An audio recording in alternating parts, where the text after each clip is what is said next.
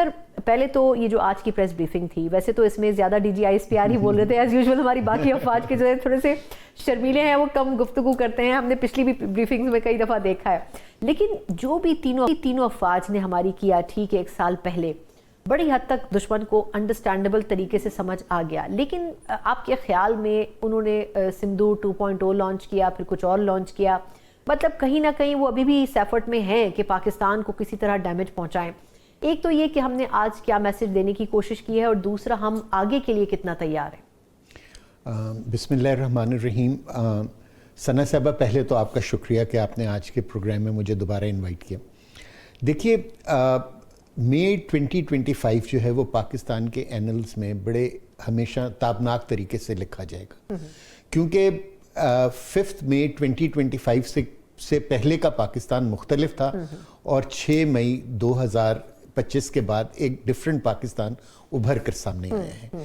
پہلا پاکستان جو تھا وہ اکنامکلی ویک تھا، فریکچرڈ پولیٹیکلی اور اکنامکلی تھا، اور دنیا میں ہمیں عزت کی نگاہ سے نہیں دیکھا جاتا تھا، بلکہ انڈین پروپیگنڈا کی وجہ سے ہمیں ایک ٹیرر ہب سمجھا جاتا تھا. لیکن جب 22 اپریل کو پہلگام ہوا اور انڈیا کا جھوٹ پوری دنیا نے خود اپنی آنکھوں سے دیکھا، اور جس طرح آپ فرما رہی ہیں کہ آج D G I S P R نے کہا کہ انڈیا آج تک 1 سال گزرنے کے باوجود کوئی ایویڈنس پیش نہیں کر سکے، تو دنیا نے ریئلائز کیا کہ اس علاقے کے اندر جو ہے جو انسٹیبلٹی ہے وہ پاکستان کی وجہ سے نہیں، انڈیا کی وجہ سے ہے.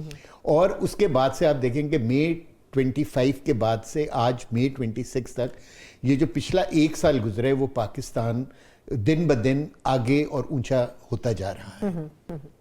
یہ ہمیں آج کے دن میرا خیال ہے کہ ساری ملک کو، ہم سب کو ایس پاکستانی فخر کرنا چاہیے کہ ایک ایسا ملک جو پچھلے 70 سال سے کوشش کر رہا ہے کہ پاکستان کا وجود ختم ہو جائے، ہم نے اس کو فائنلی یہ سمجھا دیا کہ کیا کہتے ہیں کہ وہ ہمیں کسی طریقے سے ختم نہیں کر سکتا.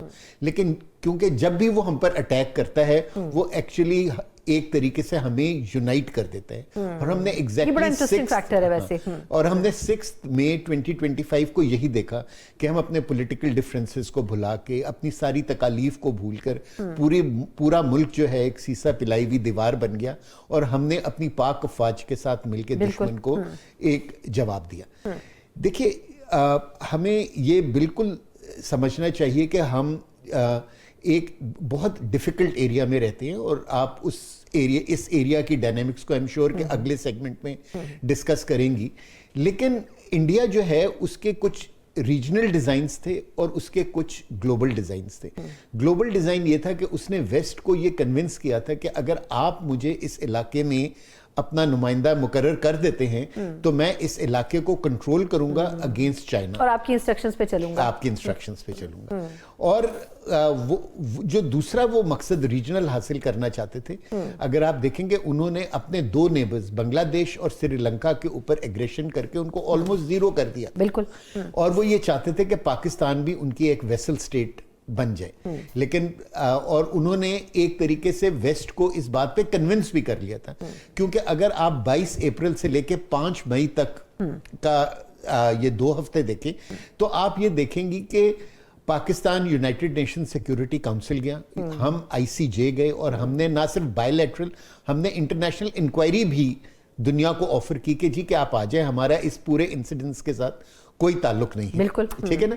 لیکن دنیا نے ایک طریقے سے لگتا تھا کہ انڈیا کو جو ہے نا ایک تھپکی دے رہے ہیں. ہم تو امریکہ تک گئے تھے لیکن انہوں نے اس وقت تک نہیں سنا جب تک کہ ہم نے انڈیا کو نیچے نہیں لے آئے. سو ایک طریقے سے لوگ یہ سمجھ رہے تھے کہ کیوں جو انڈیا نے ہمارے خلاف اتنا نیگیٹو پروپیگنڈا کیا ہوا تھا کہ لوگ سمجھ رہے تھے کہ اچھی بات ہے، چلے پاکستان کو انڈیا خود سارٹ آؤٹ کر لیتا ہے، اور اگر وہ سارٹ آؤٹ کر لیتا ہے تو ہم اس کو اس علاقے کا پولیس مین بنا دیتے.